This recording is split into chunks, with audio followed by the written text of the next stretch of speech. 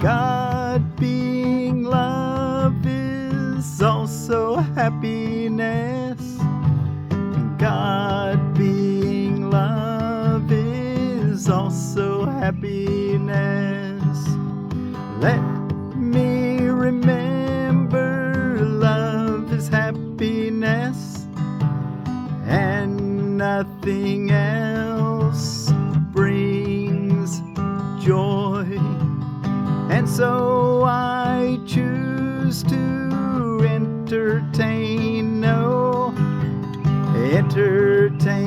substitute for love. God being love is also happiness. God being love is also happiness. I seek but what belongs to me in truth. I seek but what belongs to me in truth. Love is my heritage, and with it joy. These are the gifts my Father gave to me. I would accept all that is mine in truth. I would accept what all it's mine in truth. God being love is also happiness. I seek but what belongs to me in truth. Well, thank you all so much for joining me today and studying A Course in Miracles. We're reading from the Foundation for Inner Peace version of A Course in Miracles this year. And I'm Forgiveness Willie, teaching forgiveness from the Ozarks. And we're ready for lesson 117 for Sunday, April the 27th of 2025. For morning and evening review, God being love is also happiness. Let me remember love is happiness and nothing else brings joy. And so I choose to entertain no substitutes for love. And then lesson 104, that was 103, lesson 104 review. I seek but what belongs to me in truth. Love is my heritage, and with it joy. Love is my heritage, and with love I get joy. They go together. God being love is also happiness. These are the gifts my Father gave me. I would accept all that is mine in truth. And then on the hour today, tell yourself, God being love is also happiness. And then on the half hour every day today, tell yourself, or all day today, say, I seek but what belongs to me in truth. Love belongs to you in truth, and with it, joy. Okay, well, let's go take a look in our text reading for today. And we're in chapter 13, The Guiltless World, Roman numeral 9, The Cloud of Guilt. Guilt remains the only thing that hides the Father, for guilt is the attack upon his Son. The guilty always condemn, and having done so, they will still condemn.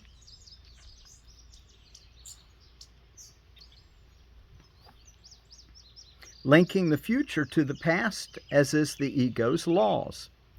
Guilt remains the only thing that hides the Father, for guilt is the attack upon his Son. It's those feelings of guilt that keep us from remembering the Father. We've got to get beyond these feelings of guilt. Let that be your sadhana, your practicing. Let it be that you're looking for areas where you still hold guilt as valuable. Guilt remains the only thing that hides the Father, for guilt is the attack upon his Son. The guilty always condemn, and having done so, they will still condemn, linking the future to the past, as is the ego's law. Fidelity to this law lets no light in, for it demands fidelity to darkness and forbids awakening. The ego's laws are strict, and breaches are severely punished. Therefore give no obedience to its laws, for they are laws of punishment, and those who follow them believe that they are guilty, and so they must condemn. Between the future and the past, the laws of God must intervene, if you would free yourself. Atonement, or at-one-ment, stands between them, like a lamp shining so brightly that the chain of darkness in which you bound yourself will disappear. Paragraph 2. Release from guilt is the ego's whole undoing. Make no one fearful, for his guilt is yours. And by obeying the ego's harsh commandments, you bring its condemnation on yourself, and you will not escape the punishment it offers those who obey it. The ego rewards fidelity to it with pain, for faith in it is pain. And faith can be rewarded only in terms of the belief in which the faith was placed. Faith makes the power of belief. Faith makes the power of belief, and where it is invested determines its reward. For faith is always given what is treasured, and what is treasured is returned to you. So if you treasure condemnation and think that that's going to protect you, then you'll have condemnation returned to you. In other words, you won't see the Father. You'll live in the world of guilt. That's by the ego's rule. But if you treasure innocence and want to see it everywhere, you'll see it in yourself as well as everyone. And you'll have the associated feeling of joy that comes from love. God being love is also happiness. I seek what belongs to me in truth. Paragraph 3. The world can give you only what you gave it. For being nothing but your own projection, it has no meaning apart from what you found in it and placed your faith in. Be faithful unto darkness, and you will not see, because your faith will be rewarded as you gave it. You will accept your treasure, and if you place your faith in the past, the future will be like it. Whatever you hold dear, you think is yours. Whatever you hold dear, you think is yours. The power of your valuing will make it so. We're working with our value system. We want to value the kingdom of heaven and the innocence that's within it, because that's our reality. You'll come to know your Father as yourself. Paragraph 4. Atonement brings a reevaluation of everything you cherish, for it is the means by which the Holy Spirit can separate the false and the true, which you have accepted into your mind without distinction. Therefore you cannot value one without the other, and guilt has become as true for you as innocence. You do not believe the Son of God is guiltless, because you see the past, and see him not. When you condemn a brother, you are saying, I who was guilty choose to remain so. Wow. Say that next time you choose to be upset with your brother for something that they did, or sister, for something that they did. You can tell yourself, I who was guilty choose to remain so, by condemning you. When you condemn a brother, you are saying, I who was guilty choose to remain so. You have denied his freedom, and by so doing, you have denied the witness unto yours. You could as easily have freed him from the past, and lifted from his mind the cloud of guilt that binds him to it, and in his freedom would have been your own. So even though it might have just happened a second ago or a minute ago, just in the immediate past, you might call it, it's still in the past. Anything that you're going to judge is something that happened in the past. Let's let that go. It's in the past. Let's stay in the present moment, where God's innocence is always abiding. God being love is also happiness. Are you seeking what belongs to you in truth? Stay in the present moment. Let the past go so you can be healed along with your brothers and sisters. Paragraph 5. Lay not his guilt upon him, for his guilt lies in his secret thought that he has done this unto you. Would you then teach him he is right in his delusion? Just because he thinks that, oh yeah, I really did hurt you, I'm sorry. Well, that's nice. I'm glad that he's sorry. He probably won't do it again. But it should be to you as if it never occurred. You've already practiced forgiveness. Matter of fact, you'll get to the place where you don't need to practice forgiveness because you'll think just like God does. You won't even think of condemnation because you'll realize it was just an appeal for healing and help. It was it was in the form of what you might have called an attack at one time, but now you just realize it's an unconscious recognition that they've denied love and they want to remember it. And you're going to offer it to them. Offer them the way God looks at them. Lay not his guilt upon him, for his guilt lies in his secret thought that he has done this unto you. Would you then teach him he is right in his delusion? The idea that the guiltless Son of God can attack himself and make himself guilty is insane. In any form, in any one, believe this not. For sin and condemnation are the same, and the belief in one is faith in either. Let's back up. The idea that the guiltless Son of God can attack himself and make himself guilty is insane. In any form, in any one, believe this not. For sin and condemnation are the same, and the belief in one is faith in the other. So to believe in sin is to have faith in condemnation, and to have faith in, or believe in condemnation is to have faith in sin. They both call for punishment instead of love. For sin and condemnation are the same, and the belief in one is faith in the other, calling for punishment instead of love. Nothing can justify insanity, and to call for punishment upon yourself must be insane. Remember, if you call upon punishment on this carcass, you can do that by calling on punishment on your brother's carcass, his body, is what I'm trying to say. But that we don't want to stop our sight before we see that the vision holds that he and me are the same. Nothing can justify insanity, and to call for punishment upon yourself must be insane. 6.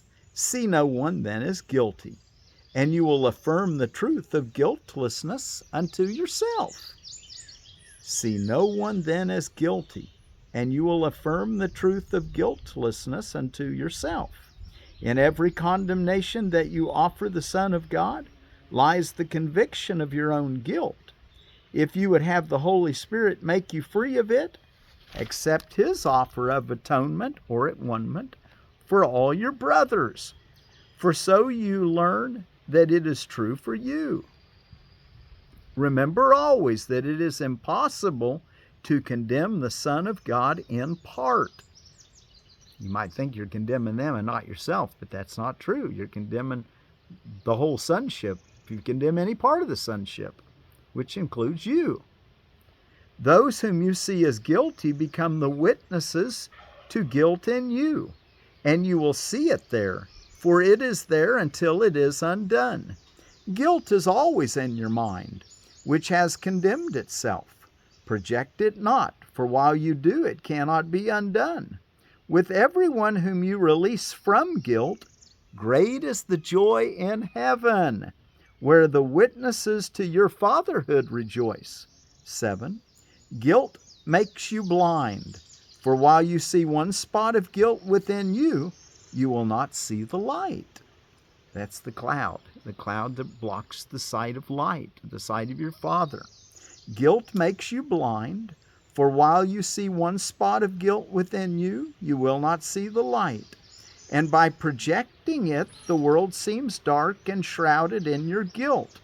You throw a dark veil over it and cannot see it because you cannot look within. You are afraid of what you would see there, but it is not there. The thing you fear is gone.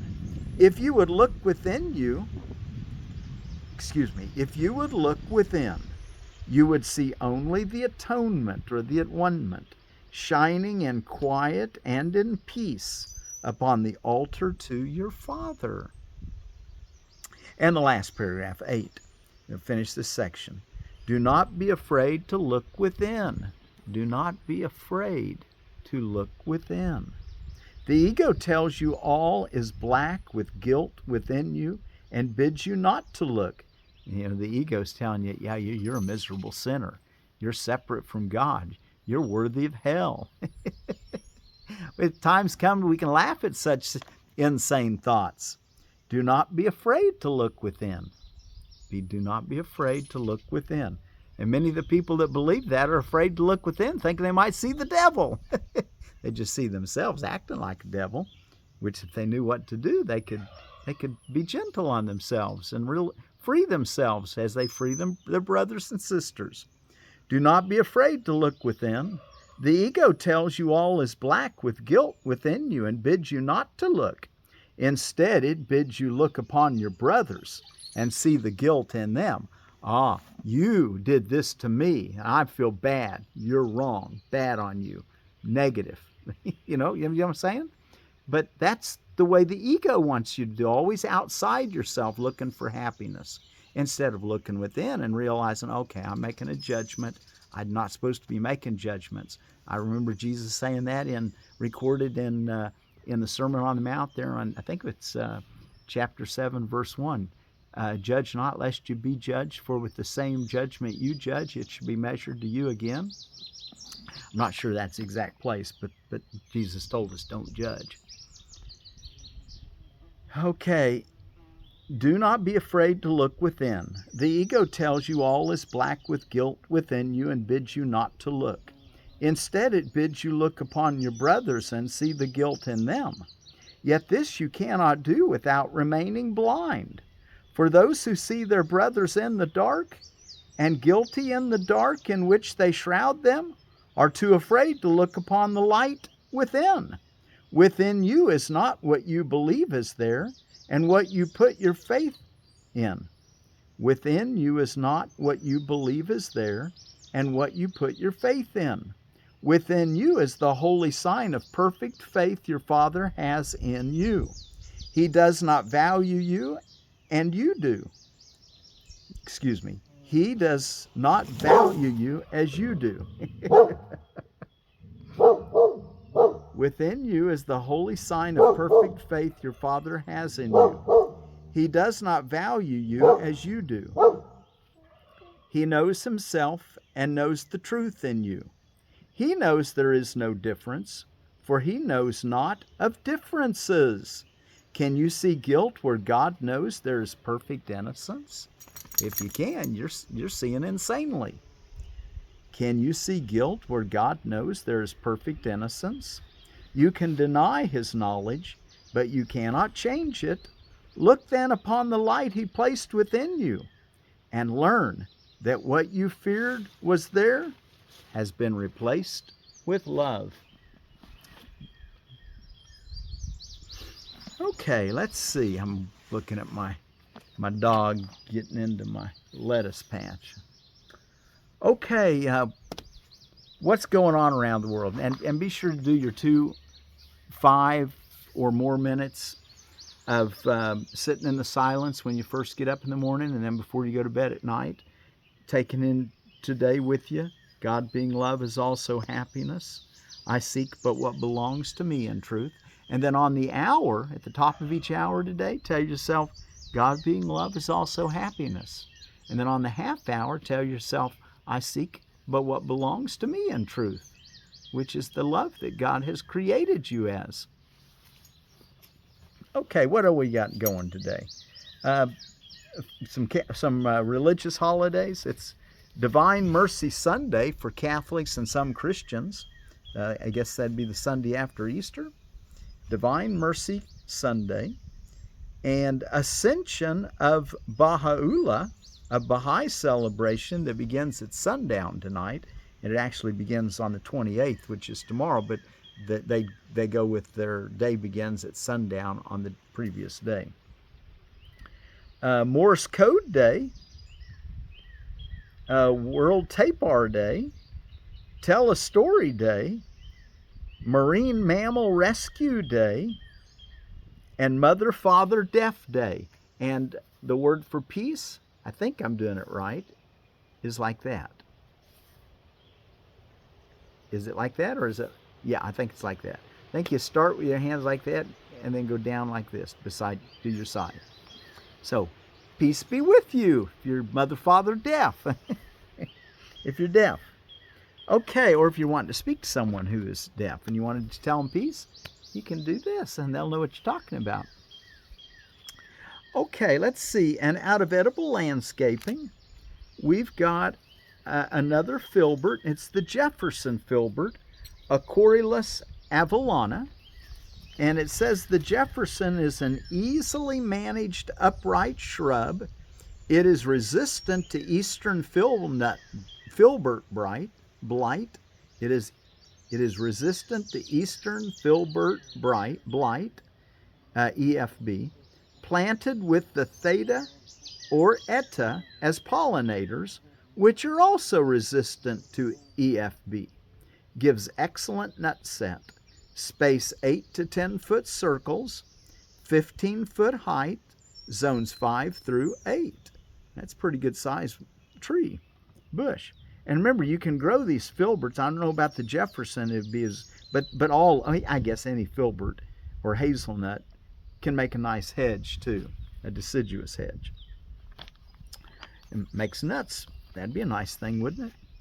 Be sure to plant with your Jefferson a theta or an etta. Okay, let's see what else. Oh, in Australia, there is a tribe called, what is the name of this tribe? The Diaruban? No, that's the river that they live on, the Diaruban River. Oh, the Darkinjung tribe. And close to them, I think, is the Awaba tribe. But their word for peace are, for sure, the Darkinjung and the Awaba. But the Darkinjung is the one I looked at. And their word for peace is Gwandalan. Gwandalan. So Gwandalan be with you. That's both the Darkinjung people and the Awaba people. Of the Darkinjung people, they live on the river, Diaruban River.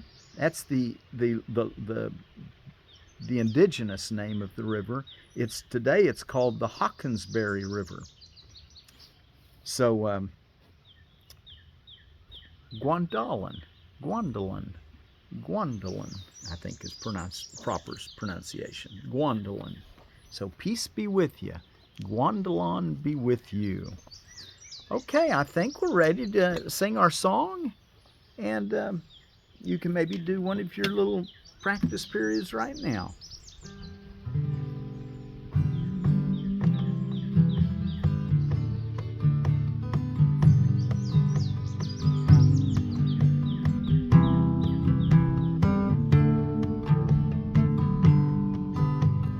God being love is also happiness. God being love is also happiness. Let me remember love is happiness, and nothing else brings joy. And so I choose to entertain no substitute for love. God being love is also happiness. God being love is also happiness. I seek but what belongs to me in truth. I seek but what belongs to me in truth. Love is my heritage, and with it joy. These are the gifts my Father gave to me. I would accept all that is mine in truth. I would accept all that is mine in truth. God being love is also happiness. God being love is also happiness. I seek but what belongs to me in truth. I seek but what belongs to me in truth. I seek but what belongs to me in truth. I seek but what belongs to me in truth. God being love is also happiness. God being love is also happiness. Let me remember love is happiness, and nothing else brings joy. And so I choose to entertain no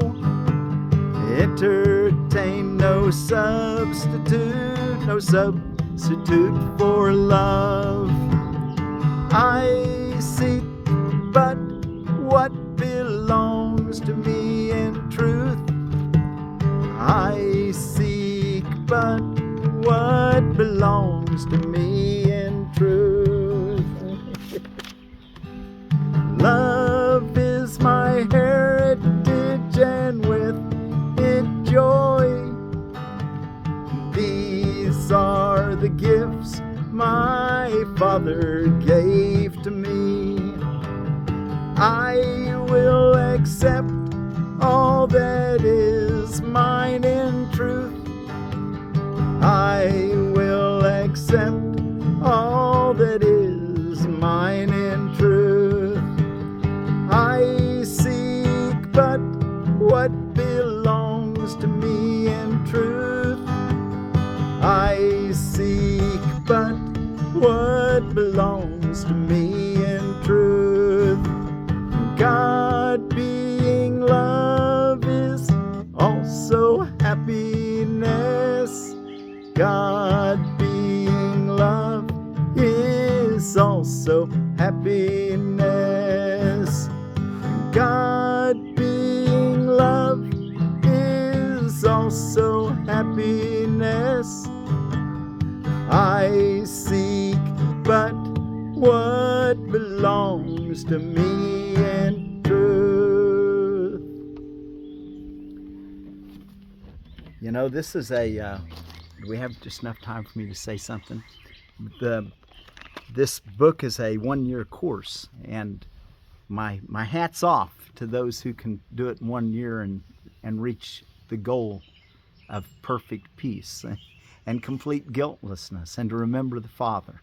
I expect you could if you did it exactly as it says, but for me it's taken me many, many years. But each year I get a little closer. So my encouragement is to study the book as much as needed to get what you desire. And hopefully what you desire is perfect peace. God being love is also happiness. I seek but what belongs to me in truth. Gwandalan.